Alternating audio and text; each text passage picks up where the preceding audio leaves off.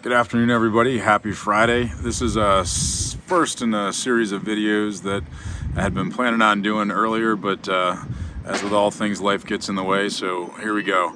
So this is kind of a up close I wanted to do on some of these peppers that I have, especially some of the new ones that I didn't grow last year. And I'm going to try to highlight some of the more unusual, interesting ones as opposed to what I'll consider the run-of-the-mill ones. But this is certainly by far the coolest looking and most interesting, at least that I have been growing this year. This is the Mutant X. Both of these are supposed to be Mutant X plants. I got them from the same nursery, although they do look a little bit different, so there might be some irregularities there. At this point, I don't think those were mismarked, but either way, just a really cool looking pepper. You can see these here just really big with that nasty little tail to them, just all kinds of folds and bumps. So these are some super hot peppers.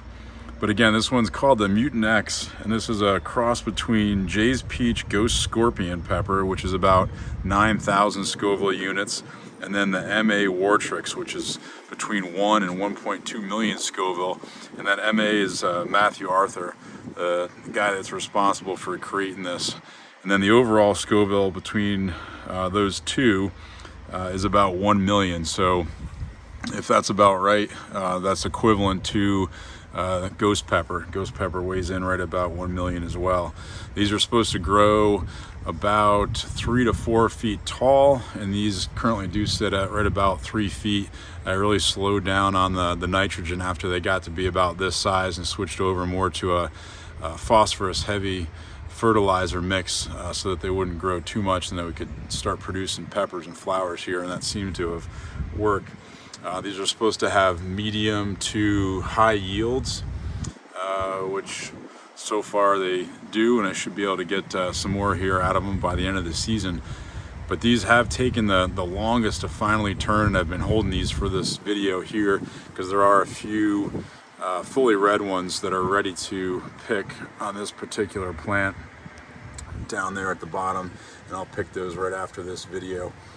And then you can see the other couple are turning, so it's always cool to see mid-turn where you've got orange starting at the top there, maybe a little yellow in the middle, and then still some green at the bottom. And then the one on the right there is just a little bit ahead of that one, and that one's starting to shade in red at the top and filter down. And these are really just cool looking in general. They look like a cooler version of a ghost pepper, but then at the same time, especially these, they have this just really cool tail to them, like a Carolina Reaper would.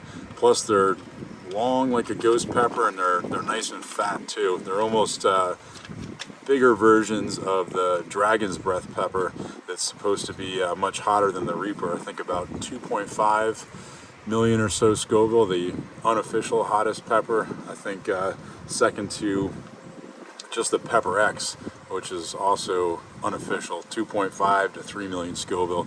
But I'll put my hand behind here, and you can kind of see takes up my whole hand. So however you want to measure that, four fingers high there. Just really nice, big, fat, thick peppers. And unfortunately, I haven't tried these yet, but I will here soon enough. I'll pick these and try to come up with some kind of inventive sauce and sauce name to put these into, because these are just again really cool looking peppers, and you can see multiple different shades here and sizes as they're growing in. A tiny one there coming up behind all the other ones, but just loaded, probably at least looks like 20 or 25 peppers in here. So I'll start picking those, and that'll hopefully spur some more flowers and give some energy to all the rest of them to fill those out. And then you can see the plant on the right here.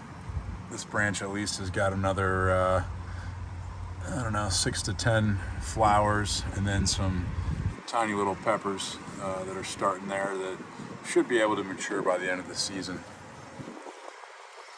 There's a look at some of those nice tails on this one. And again, back to these here.